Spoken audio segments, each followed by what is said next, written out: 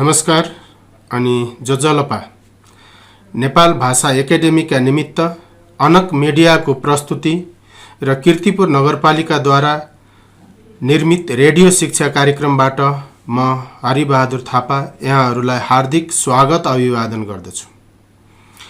यस नगरपालिकाको वडा नम्बर 6 स्थित आदिनाथ माध्यमिक विद्यालयको म गणित शिक्षक आज कक्षा 10 को अनिवार्य गणित विषय लिएर उपस्थित भएको छु। विद्यार्थी भाइ बहिनीहरू, आज म फरक समयमा उपस्थित भइरहेको छु र विद्यार्थी भाइ बहिनीहरू, हामीले अघिल्लो कक्षामा अंकित मूल्य, छुट र भ्याट समावेश भएका समस्याहरू हल गर्न आवश्यक पर्ने सूत्रहरू र तिनको प्रयोग गरेर समस्या हल गर्ने बारे कुरा गर्यौं। भाइ बहिनीहरूले यस सम्बन्धी थप साधारण प्रकृतिका समस्याहरू हल गरी आफ्नो विद्यालयका गणित शिक्षकलाई अनुकूल समयमा देखाउन म अनुरोध गर्दछु।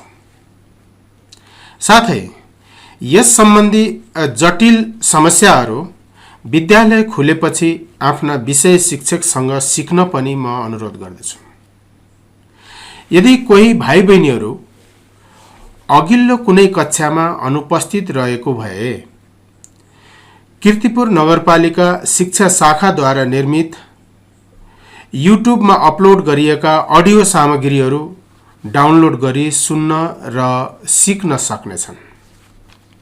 त भाइ बहिनीहरू, आज म तिमीहरूलाई अनिवार्य गणित अन्तर्गत पढ्नुपर्ने मुद्रा विनिमय, मनी एक्सचेन्ज भन्ने पाठमा लग्न खोजिरहेको छु। विद्यार्थी भाइ बहिनीहरू, यो पनि रमाइलो र व्यावहारिक गणित हो। यो सजिलै बुझ्न सकिने टपिक पनि हो। हाम्रो दैनिक जनजीवनमा निकै काम लाग्ने कुरा पनि हो। त्यसैले ल त भाइ बहिनीहरू, रेडियो नजिक आओ र ध्यानपूर्वक रेडियो कक्षा सुन्न र बुझ्न कोसिस गर है त। मुद्रा विनिमय, मुद्रा प्लस विनिमय, यसरी दुईवटा शब्दहरू मिली बनेको छ। मुद्राको अर्थ के हो भन्न सक्छौ? यसको अर्थ रुपियाँ, पैसा भन्ने हुन्छ, अर्थात् मनी। त्यसैगरी विनिमयको अर्थ के होला? विचार गर त। यसको अर्थ साटासाट अर्थात् एक्सचेन्ज गर्ने हो। यसरी मुद्रा विनिमय भन्नाले रुपियाँ पैसाको साटासाट गर्ने भन्ने बुझिन्छ। यसलाई अझै प्रष्ट पार्नको निमित्त विद्यार्थी भाइ बहिनीहरू समक्ष म केही प्रश्नहरू राख्दै छलफल गराउन चाहन्छु है त। जस्तै मानौ तिम्रो कोही आफन्तहरू, दाजु, दिदी वा बुवा वा अन्य कोही विदेश जाँदै हुनुहुन्छ। उहाँले आफूसँग भएको नेपाली रुपियाँ नै लिएर गए के होला? विचार गर त। एउटा प्रश्न भयो। अनि विदेशमा हुनुभएको तिम्रो कोही आफन्तले नेपालमा रकम पठाउनु पर्यो भने, पैसा पठाउनु पर्यो भने, सो पैसा नेपालमा मनी ट्रान्सफर भएको ठाउँमा जाँदा नेपाली रुपियाँमा भुक्तानी हुन्छ होला कि विदेशी मुद्रामा भुक्तानी होला? यसलाई पनि विचार गर त। हो, पक्कै पनि विद्यार्थी भाइ बहिनीहरूले विचार गरे जस्तै विदेश जानु पर्दा विदेशमा नेपाली रुपियाँ पैसा चल्दैन, त्यसैले त्यसलाई साटेर जुन देशमा जानुपर्ने हो त्यसै देशको विदेशी मुद्रामा रूपान्तर गर्नुपर्छ। त्यस्तै विदेशबाट पठाएको पैसा नेपालमा त्यही देशको मुद्रामा प्राप्त गर्न सकिँदैन। त्यसलाई मनी ट्रान्सफररले अथवा बैंकहरूले साटेर नेपाली मुद्रामा रूपान्तर गरी हामीलाई दिन्छन्। विद्यार्थी भाइ बहिनीहरू, यही प्रक्रिया नै वास्तवमा मुद्रा विनिमय हो। अब त पक्कै पनि यो विषय प्रष्ट भयो होला भन्ने मलाई लाग्छ।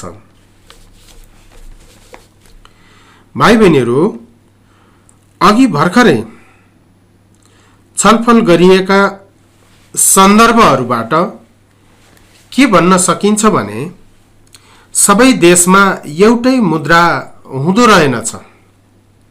फरक फरक देशहरूका फरक फरक मुद्राहरू प्रचलनमा हुन्छन् र तिनीहरूको नाम पनि फरक फरक हुन्छ। जस्तै नेपालको मुद्रालाई हामी रुपियाँ भन्छौँ, भारतको मुद्रालाई रुपैयाँ भनिन्छ। रुपियाँ नेपालको रुपियाँ, भारतको रुपैयाँ, ख्याल गरौँ भाइ बहिनीहरू। अमेरिकाको मुद्रालाई युएस डलर, त्यस्तै जापानको मुद्रालाई येन आदि विभिन्न नामले चिनिन्छ। भाइ बहिनीहरू, यसरी नै केही देशको अरू केही देशको मुद्राको नाम भन्न सक्छौ? ल, त्यसो भए यसरी नै अरू केही देशहरूको मुद्राको नाम खोजी गर्ने है त। फेरि विद्यार्थी भाइ बहिनीहरूलाई म एउटा अर्को प्रश्न राखौँ है त। त्यो के भने, के सबै देशको मुद्राको भ्यालु एउटै होला, अर्थात् बराबर होला? पक्कै पनि एउटै हुँदैन। अर्थात् फरक फरक देशको मुद्राको भ्यालु पनि फरक फरक नै हुन्छ। देश अनुसारको पैसाको फरक फरक भ्यालु हुने भयो। यसैले गर्दा एउटा देश र अर्को देशको मुद्रा साट्दा उति नै रकम प्राप्त हुँदैन, फरक हुन्छ। जस्तै भारतीय रुपियाँ 100 साटेर नेपाली रुपियाँमा रूपान्तर गर्ने हो भने नेपाली रुपियाँ 160 हुन्छ। यसरी नै अरू देशसँगको पनि मुद्रा साट्ने अथवा विनिमय गर्ने दर तोकिएको हुन्छ। भाइ बहिनीहरू, यस्तो मुद्रा विनिमयको दर तोक्ने काम त्यस देशको सरकारले गर्दछ, अर्थात् केन्द्रीय बैंकले गर्दछ। जस्तो नेपालको सन्दर्भमा नेपाल राष्ट्र बैंकले गर्दछ। यस्तो दर सधैँ एउटै नहुन सक्छ। जस्तो तिमीले तिम्रो पाठ्यपुस्तकको मुद्रा विनिमय पाठमा गएर हेर्यौ भने त्यहाँ 2072 सालको पुस 20 गतेको नेपाल राष्ट्र बैंकले तोकेको विनिमय दर भेट्टाउनेछौ। अब तिम्रो घरमा गोरखापत्र छ, जुनसुकै दिनको भए पनि हुन्छ, गोरखापत्र छ भने त्यसमा पनि यस्तो दर दिएको हुन्छ। अब त्यसको खोजी गर र विनिमय दर एउटै छ कि छैन त्यो पनि तुलना गरेर पत्ता लगाऊ है त। विद्यार्थी भाइ बहिनीहरू, मुद्रा सटाइको प्रक्रियामा केन्द्रीय बैंक अथवा नेपालको सन्दर्भमा नेपाल राष्ट्र बैंकले कुनै अवस्थामा विदेशी मुद्रा किनेर अर्थात् खरिद गरेर र कुनै अवस्थामा विदेशी मुद्रा बेचेर अर्थात् बिक्री गरेर सटाई सुविधा जनतालाई उपलब्ध गराइरहेको हुन्छ।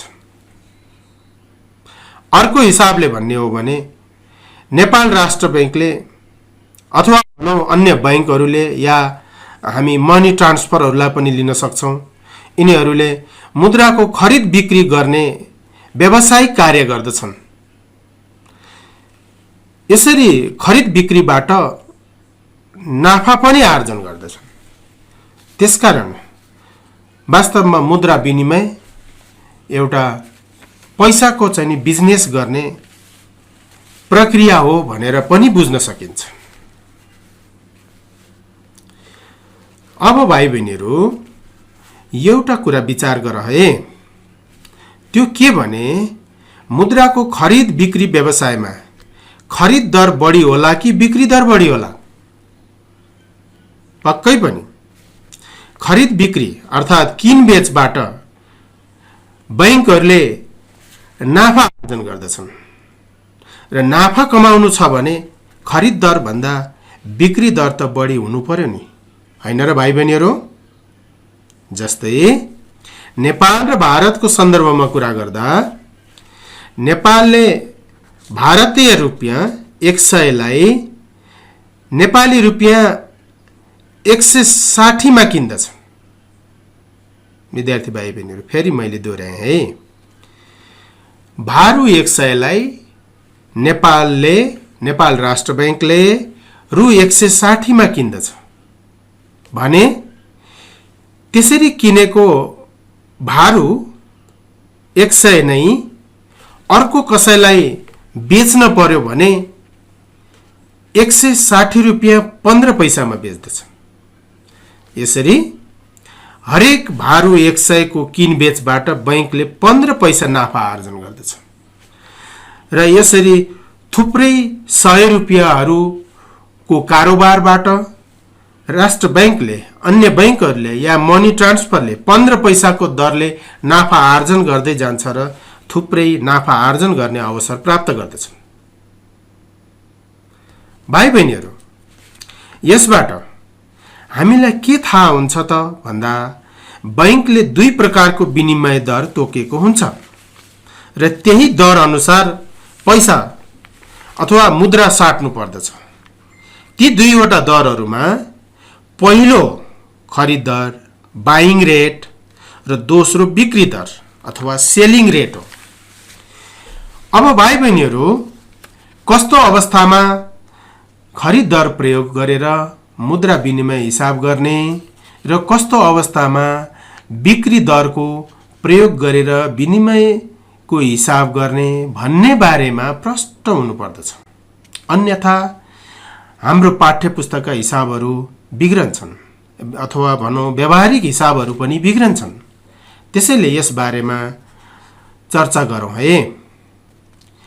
यदि विदेशी मुद्रा सटही गरेर नेपाली मुद्रामा रूपान्तर गर्नु छ, विद्यार्थी भाइ बहिनीहरू ध्यान दिउँ, यदि विदेशी मुद्रा सटही गरेर नेपाली मुद्रामा रूपान्तर गर्नु छ भने जोसँग विदेशी मुद्रा छ ऊ बैंकमा जान्छ र बैंकले यस्तो मुद्रा तोकिएको दरमा किन्छ र सम्बन्धित व्यक्तिलाई त्यसको सट्टा नेपाली मुद्रा दिन्छ। त्यसैले विदेशी मुद्रा साटेर नेपालीमा रूपान्तर गर्नु छ भने खरिद दर प्रयोग गरेर हिसाब गर्नु पर्दछ। त्यसैगरी नेपाली मुद्रा सटही गरेर विदेशी मुद्रा बनाउनु छ, जस्तो भनौं विदेश जान पर्यो भने अब हामीलाई विदेशी पैसा चाहिन्छ, त्यस्तो अवस्थामा नेपाली मुद्रा चाहिँ हामीले साटेर विदेशी मुद्रा बनाउनु पर्यो भने विदेशी पैसा जसलाई चाहिएको छ उसले नेपाली पैसा लिएर बैंक जानु पर्यो। बैंकले तोकिएको दरमा विदेशी मुद्रा सो व्यक्तिलाई बेच्दछ। त्यसैले नेपाली मुद्रा साटेर विदेशी बनाउनु पर्यो भने चाहिँ बिक्री दर प्रयोग गरेर हिसाब गर्नु पर्दछ। भाषा साहित्य वार्ता सिपिएसमा नेवा एफएम 106.6 सुन्ना दिगो नेवा एफएम 106.6 नेवा जुजागु गौरव यानाजिसा। व्यावसायिक विश्रामपछि पुनः स्वागत गर्दछु। तपाईं अहिले नेवा एफएम 106.6 मेगाहर्जमा सुन्दै हुनुहुन्छ। कीर्तिपुर नगरपालिकाद्वारा निर्मित यो कार्यक्रम तपाईं आफ्नो मोबाइलमा हाम्रो पात्रो एप्स डाउनलोड गरी हाम्रो रेडियोमा पनि सुन्न सक्नुहुन्छ। त्यसैगरी www.newafm.com.np लगइन गरी विश्वको कुनै पनि कुनामा रहेर सुन्न सक्नुहुनेछ।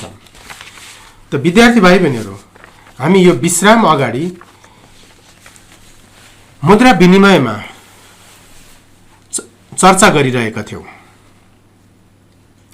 र कस्तो अवस्थामा खरिद दर र कस्तो अवस्थामा बिक्री दरको प्रयोग गरेर हिसाब गर्नुपर्दछ भन्ने बारेमा कुरा गर्यौं। संक्षेपमा भन्नुपर्दा भाइ बहिनीहरू, यदि विदेशी मुद्रालाई रूपान्तर गरेर नेपाली मुद्रामा परिवर्तन गर्नु छ भने खरिद दर र नेपाली मुद्रालाई रूपान्तर गरेर विदेशी मुद्रामा लैजानु छ भने बिक्री दर प्रयोग गर्नुपर्दछ। तर हिसाब गर्ने सिलसिलामा प्रश्नले दर तोकेर दिएको छ भने त्यही दरलाई नै प्रयोग गरी हिसाब गर्नुपर्दछ। खरिद वा बिक्री दर भनेर खोजी गर्नु पर्दैन। बुझ्यौ त भाइ बहिनीहरू? अन्त्यमा मुद्रा विनिमयको बारेमा जे जति चर्चा गर्यौं यसलाई एक पटक फेरि म समराइज गरिदिन्छु है त। विद्यार्थी भाइ बहिनीहरू, ध्यानपूर्वक समरीलाई सुनौं र टिप्नु पर्छ भने टिपौं पनि। मुद्रा विनिमय पैसा साट्ने काम हो अथवा पैसा साट्ने प्रक्रिया हो। मुद्रा विनिमयको लागि दुई प्रकारको दर प्रयोग हुन्छ, खरिद दर र बिक्री दर। विदेशी पैसालाई नेपाली बनाउनु पर्यो, खरिद दर प्रयोग गर्ने। नेपाली पैसालाई विदेशी बनाउनु पर्यो, बिक्री दर प्रयोग गर्ने। अब प्रश्नले दर तोकेर दिएको छ भने त्यही दरलाई प्रयोग गर्ने, अरू दरहरू नखोज्ने। मुद्रा विनिमयको यो अवधारणात्मक र सैद्धान्तिक छलफलपछि मलाई लाग्छ अब भाइ बहिनीहरू प्रष्ट भयो। अब हामी यस सम्बन्धी एक दुईवटा समस्याहरूमा छलफल गरौँ है त। जस्तो म विद्यार्थी भाइ बहिनीहरू समक्ष पहिलो समस्या लिएर प्रस्तुत भइरहेको छु। भारतीय रुपियाँ 1250 छ हामीसँग, त्यसलाई नेपाली रुपियाँमा रूपान्तर गर्नु पर्यो। अब कसरी गर्ने? अर्थात् भारतीय रुपियाँ 1250 साट्यो भने नेपाली रुपियाँ कति हुन्छ? अब यस सम्बन्धी छलफल गरौँ है। यसको लागि पहिला त कुन दरको प्रयोग गर्नुपर्छ होला त्यो बारेमा विद्यार्थी भाइ बहिनीहरू प्रष्ट हुनु जरुरी छ। ल विचार गर त भाइ बहिनीहरू।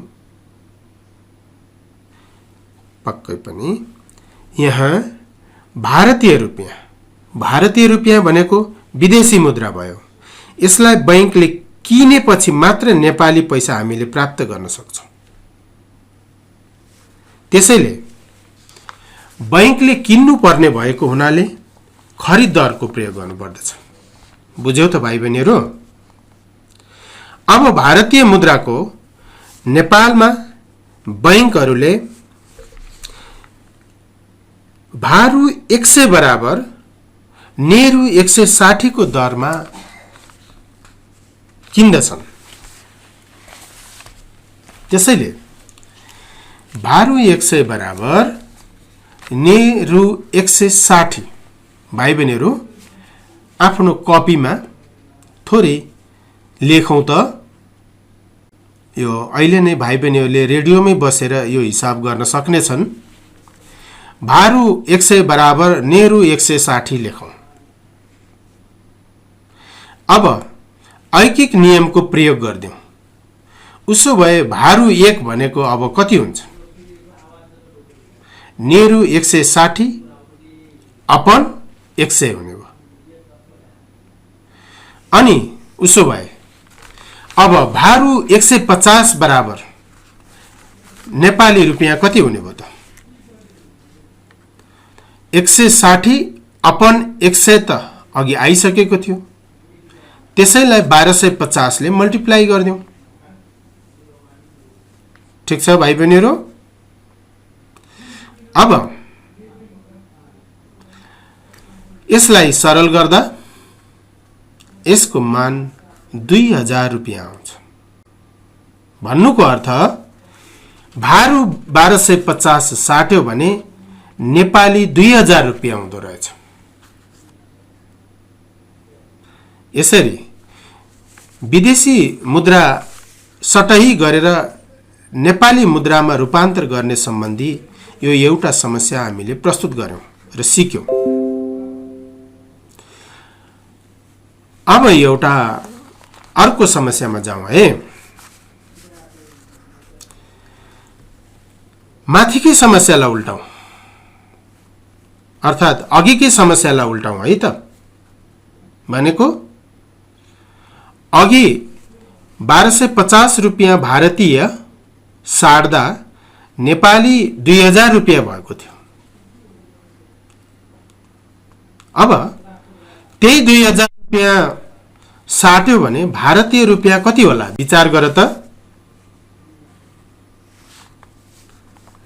विद्यार्थी भाइ बहिनीहरु, सामान्य ढंगले अथवा झट्ट विचार गर्दा यसको उत्तर सजिलो छ। त्यही 1250 रुपैयाँ त हो नि भन्ने लाग्न सक्छ, तर वास्तवमा त्यस्तो हुँदैन।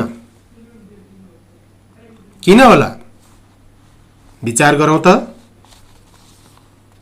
यहाँ नेपाली पैसा साटेर भारतीय बनाउनको लागि हामीले नेपाली रुपैयाँ बैंकलाई दिएपछि बैंकले हामीलाई भारतीय रुपैयाँ बेच्दछ अनि मात्र नेपाली मुद्रा साटिएर भारतीय रुपैयाँ बन्दछ। अर्थात् बैंकले भारतीय रुपैयाँ हामीलाई बेच्नु पर्यो, त्यसैले बिक्री दर प्रयोग गर्नुपर्दछ भाइ बहिनीहरु। अब नेपाली बैंकहरूले रु 160 अनि 15 पैसा अर्थात् 160 रुपैयाँ 15 पैसामा अर्थात् रु 160.15 मा भारतीय रुपैयाँ 100 बेच्दछन्। भाइ बहिनीहरु, त्यसैले फेरि एकचोटि कलम र कापी लिएर यसको हिसाब गर्न तयार हौ है त। यस आधारमा ने रु 160.15 इक्वल टु भा रु 100 लेखौं त। भाइ बहिनीहरु, फेरि म दोहोर्याइदिन्छु। कापीमा ने रु 160 थोप्लो 15 इक्वल टु भा रु 100 लेख्यो होला नि त। अब अघि जस्तै ऐकिक नियमको प्रयोग गर्दियौं त। ने रु 1 बराबर कति होला, अथवा नेपाली 1 रुपैयाँ साट्यो भने कति होला। भा रु 100 का मुनि 160.15 अनि ने रु 2000 बराबर कति होला। पक्कै पनि नेपाली रुपैयाँ 2000 बराबर अघि नेपाली 1 रुपैयाँ साट्दा भारतीय रुपैयाँ जति भएको थियो त्यसैको 2000 गुणा हुने हो। अर्थात् माथिकै स्टेपलाई तल सारिदेऊ भनेको अर्थ 100 का मुनि 160.15 लेख र त्यो पुरैलाई इन्टु 2000 गरिदेऊ त।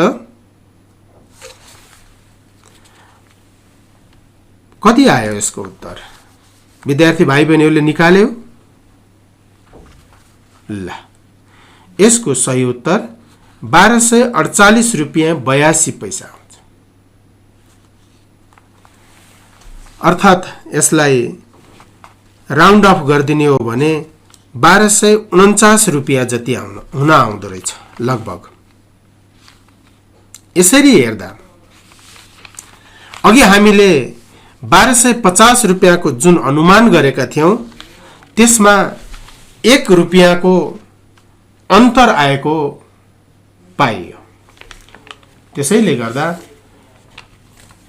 कस्तो अवस्थामा खरिद दर र कस्तो अवस्थामा बिक्री दर प्रयोग गर्ने भनेर विद्यार्थी भाइ बहिनीहरू मुद्रा विनिमय सम्बन्धी हिसाब गर्दा प्रष्ट हुनु जरुरी छ। अब विद्यार्थी भाइ बहिनीहरू म एउटा परियोजना कार्य विद्यार्थी भाइ बहिनीहरूलाई दिन गइरहेको छु।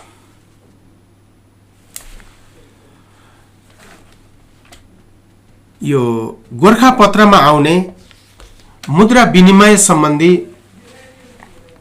खरिद र बिक्री दरहरू गोरखापत्रबाट सारेर विद्यार्थी भाइ बहिनीहरूले त्यसको एउटा प्रोजेक्ट वर्क गरेर आफ्नो विद्यालयका शिक्षकलाई अनुकूल समयमा देखाउनका निमित्त म अनुरोध गर्दछु। र अब प्राविधिक मित्रबाट समय समाप्त भएको जानकारी प्राप्त भएकोले म आजको पाठ यही अन्त्य गर्न अनुमति माग्दछु। आजको यस कार्यक्रममा प्राविधिक सहयोग गर्नुहुने मित्रलाई धन्यवाद दिँदै आगामी हप्ता यही समयमा पुनः भेट्ने बाचाका साथ आजलाई म बिदा हुन्छु। छिनछिनमा साबुन पानीले हात राम्ररी धोएर घरमै सुरक्षित बस्नुहोस्। नमस्कार, शुभ दिन।